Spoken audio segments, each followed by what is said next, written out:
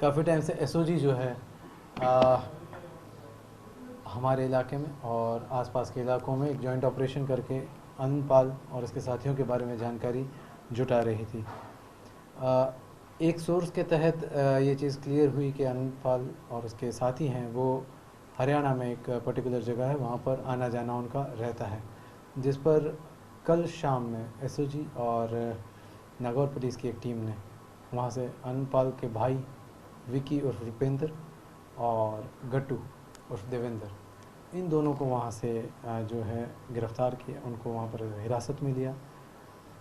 जिसके बाद में ये सूचना उनके द्वारा दी गई कि ये यहाँ पर मालासर गांव के पास में श्रवण सिंह नामक एक व्यक्ति के घर पे आनंदपाल आज सुबह वहाँ पर आया है और जल्द ही निकलने की फिराक में रहेगा रात में। ये सूचना सबसे पहले टीम ने हमारे साथ शेयर करी और हम लोगों ने एक जो है ऑपरेशनल स्ट्रैटेजी बनाकर एक पर्टिकुलर जगह पर हम लोग मिले और वहाँ पर 4 टीमें थी। चूरू पुलिस जिसमें मैं था और हमारी पूरी टीम थी, एडिशनल एसपीज थे हमारे, साथ में हमारे नागौर की पुलिस थी, एसओजी की एक एडिशनल एसपी के अंडर बहुत बड़ी टीम थी हमारे साथ, और हरियाणा पुलिस का एक कंपोनेंट एएसपी अंडर ट्रेनिंग एक आईपीएस ऑफिसर है, उनके अधीन एक टीम थी। तो ये सारे लोगों ने मिलकर एक स्ट्रेटेजी बनाई और फिर हमने घर में इंटरवेंशन शुरू किया। घर में इंटरवेंशन शुरू करके जैसे ही नज़दीक गए और वार्निंग दी, तभी वहाँ से ऊपर से शॉट्स फायर हो गए। तो हमें थोड़ा सा आइडिया आ चुका कि ये छत के ऊपर से फायरिंग आ रही है। ये चीज़ अभी तक क्लियर नहीं थी कितने लोग हैं, इसलिए सबसे पहले आड़ लेके सभी लोगों ने अपने टैक्टिकल मूवमेंट शुरू करके घर के अंदर तक पहुँचे। घर के अंदर काफ़ी विरोध हुआ, जिनके द्वारा विरोध किया गया पहले उनको काबू में किया गया और उनको जो है हिरासत में लिया गया।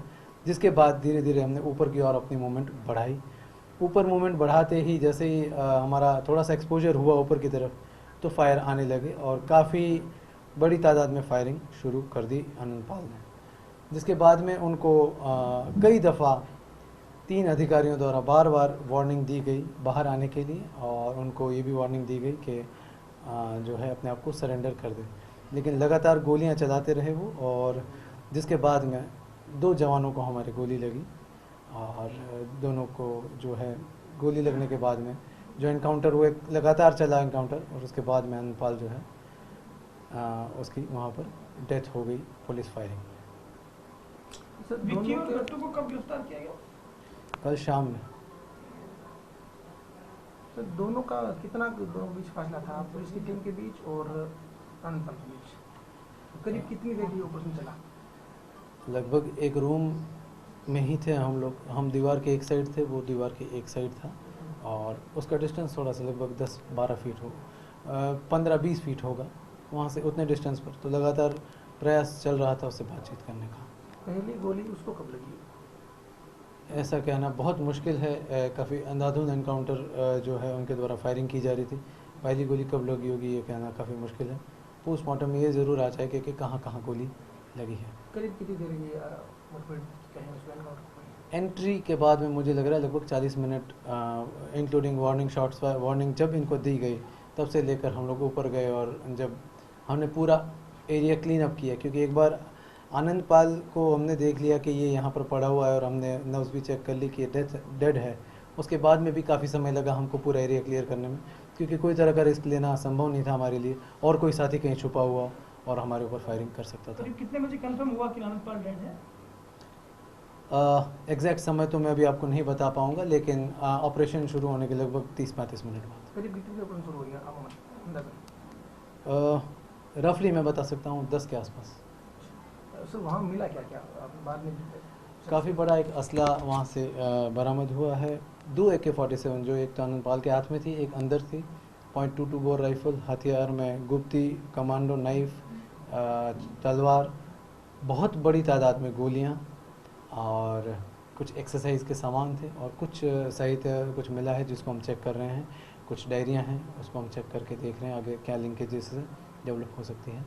आनंदपाल की लोकेशन रखता था गाड़ी, उसका आज गाड़ी भी उसको वहीं थी।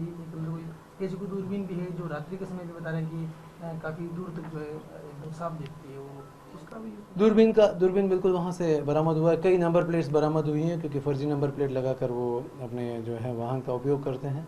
वाहन जो पीछे पड़ा था सबसे पहला जो है टीम को इंस्ट्रक्शन यही था, हम जब हमने ब्रीफिंग करी थी मैंने, कि सबसे पहले वाहन को जो है इमोबिलाइज़ करना है। तो पहले हम अपने आप को एक्सपोज नहीं करना चाहते थे, हम चाहते थे कि जितना नज़दीक पहुंच पाएँ तब करें। जब पहला शॉट फायर हुआ तो सबसे पहले हमारी कार्रवाई थी वो वाहन को पंचर करने की थी, क्योंकि एक्सपोज तो हो ही चुके हैं। तो पहले ये था कि अब ये कहीं भाग ना पाए।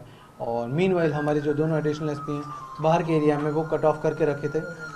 जब ये गाड़ी जो है इनकी हमने इमोबिलाइज़ कर दी, उसके बाद में ये दोनों ही हमारी तरफ मूवमेंट कर दिया, क्योंकि ये चीज़ तय हो गई कि अब गाड़ी में नहीं भागेगा, पैदल ही जा सकता है। गट्टू पे भी कोई इनामात या कुछ रिकॉर्ड? दोनों रुपेंद्र पाल और देवेंद्र, दोनों के ऊपर 1-1 लाख का जो इनाम राशि इनके ऊपर घोषित है, और आनंद पाल के ऊपर 5 लाख का राज्य सरकार के द्वारा इनाम घोषित है। रात को अंधेरा था, चारों तरफ खुली जगह थी, क्या कमांडो अंधेरे में तैनात है? कल अमावस्या की रात थी, और कमांडो ट्रेनिंग का सबसे अच्छा पार्ट ये है कि जितना मौसम सख्त होता है उतना कमांडो के लिए आसान होता है कार्य करना, क्योंकि बाय वर्च्यू ऑफ ट्रेनिंग वो हर तरह के माहौल में काम करने के लिए सक्षम होता है। तो अमावस थी, उसमें कम दिख रहा था, लेकिन कमांडोज जो हमारे थे वो इतने काबिल थे और इतने कुशल थे। वैसे भी राजस्थान के कमांडोज हैं वो नंबर 1 आते हैं इंडिया में हमेशा कंपटीशन में। तो अमावस्या जो एक तरह का एक नेगेटिव पॉइंट था, हमारे लिए पॉजिटिव था, क्योंकि अमावस्या थी तो अंधेरा उसके लिए भी था। इस कमरे में हम उस हिसाब से हमारी बाहर वाली टीम को कहते थे, उस कमरे में है तो आप वहाँ से आप उसको फायर भी करो और वार्न करो, दोनों चीज़ें। तब अचानक से फिर वो क्या हुआ वो अब पता चलेगा एग्जैक्टली। पीएम में वो भाग कर आने की उसने प्रयास किया, लेकिन लकीली हमारे पास शीशा था, हमने उसको वहाँ पर ढेर कर दिया। अनफॉर्चुनेटली उसमें 2 लोगों को हमारे गोली लगी। आपको बाइचांस मिला या कि अपनी टीम के साथ ले गए आप? हम आज ले नहीं जा पाए थे, हमने उसके घर से नीचे से शीशा एक लाए, और जो इतना बड़ा होता है ना कांच का शेव बनाने वाला, वो कहीं से हमको मिला। तो उसको लगा कि हमने ऑपरेशन का पार्ट हो सकता है होना चाहिए था, लेकिन इतना जल्दी इंफॉर्मेशन आई थी कि कोई टाइम नहीं था रिएक्शन का। इसीलिए ये टीमें हमारी हैं, इनको कट ऑफ पे लगाना पड़ा, वरना एडिशनल एसपीज हमारे हमेशा ऑपरेशनल पार्ट रहे हैं जो अंदर तक आते हैं। जितना सीनियर अधिकारी होता है उतनी जिम्मेदारी से काम होता है। बट ऑब्वियसली जो कमांडोज हैं हमारे, जनरल दलवीर साहब हैं जो जोधपुर में हैं, बीकानेर के ही हमारे, हमारे को 2 चीज़ें थी, हमको इनको जाने भी निकलने भी नहीं देना था। दूसरा, हम वो टीम का कंफर्मेशन भी चाह रहे थे। हम नहीं चाह रहे थे कि कोई आनन फानन में हम अपने एक्सपोज कर दें लोकेशन और वो भाग जाए। कई बार ऐसा हुआ, ग्वालियर में भी ये हुआ कि हम एक्सपोज हो जाते थे या हमने रेड कर दी, उसे पता चल गया। तो हम लोग काफ़ी पास थे, लेकिन हमने धैर्य रखा कि जब तक विजुअल कंफर्मेशन ना मिल जाए कि हाँ यही घर है।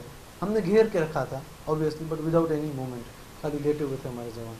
उसके बाद में हम गाड़ी लेकर जब हम गए और फायर आने की संभावना थी, तो हमने क्या किया था, आगे एक गाड़ी चलाई कैंप पर, और हम सारे उसको बीपी जैकेट पहनाया और हम सारे पीछे पीछे दौड़ के गए, ताकि जब तक तो हमें गाड़ी की आड़ थी, और फिर जब हमने वार्निंग दी तब उसने शॉट फायर कर दिया। हमारे 1.5 साल में काफ़ी बार अपने रेड बाजी खूब, मतलब इस गांव से लगभग 3 किलोमीटर आगे एक गांव है जहां पर हमने इनको दबिश दी थी, और इसी तरह की एक रूम में ही दबिश दी थी राउंड ऑफ करके। बट उस दिन वो था नहीं, आज था। 3 महिलाएं और 3 पुरुषों को हमने राउंड अप किया है, जिन्होंने हमारे राज कार्य में बाधा पहुंचाई और एक वांटेड अपराधी को शरण दी और उसकी मदद की। 3 महिला और 3 पुरुष। वही सारे वो उस घर के ही सदस्य हैं। और महिलाओं का ऑफ द रिकॉर्ड बता रहा हूँ, ऐसा था जैसा लग रहा था कि कश्मीर में आ गए हों, जैसे वहाँ पर टोटल एकदम अलग कर रखा था, और काफ़ी उन्होंने जो है परेशान किया हमको। जिस भी तरह से वो कर सकते थे विरोध उन्होंने किया, और पुलिस को अंदर नहीं जाने दें, जबकि उसका कुछ लगता नहीं है। हमें नहीं ध्यान है अभी तक, लेकिन काफ़ी विरोध, मतलब उसमें अगर वो नहीं होते तो ये 2 गोलियां भी हमें नहीं लगती, क्योंकि हम बहुत स्विफ्टली अपने आप को, वो आए तो लगातार उसको हमारी लोकेशन जहाँ से चिल्लाने की आवाज़ है उसको पता चल जाता है कि अब पुलिस यहाँ है, अब पुलिस यहाँ इस कमरे में है। तो उस हिसाब से अपना प्रोग्राम बना रहा था।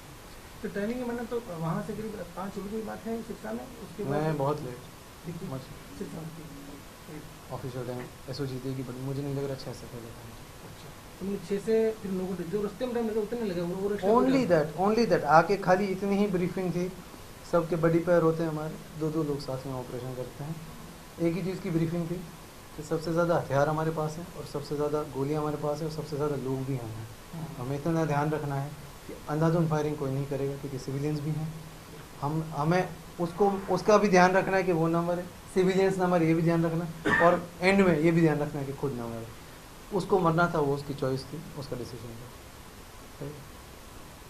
मतलब जिससे हर बार जितनी पहले जब भी पुलिस दबी जाती वो थोड़ी देर पहले निकल जाता, इस बार उसको बिल्कुल मौका नहीं मिला। वही था कि इसीलिए आप देखोगे तो बहुत फास्ट रिएक्शन था सभी टीमों का और पहुँचे। एंड ऐसा कोऑर्डिनेट मेरे मतलब हमने कई ऑपरेशंस देखे, नक्सलाइट ऑपरेशंस भी देखे हैं मैंने, लेकिन मेरा ये कहना है कि 4 टीमें, मैंने 2 टीमें भी साथ में काम नहीं कर पाती। 2 तो जिले की police, Churu police, Nagaur police, SOG एक अलग एजेंसी, एंड हरियाणा पुलिस की टीम, 4 टीमों का कोऑर्डिनेशन करना अपने आप में बड़ा मुश्किल काम होता है।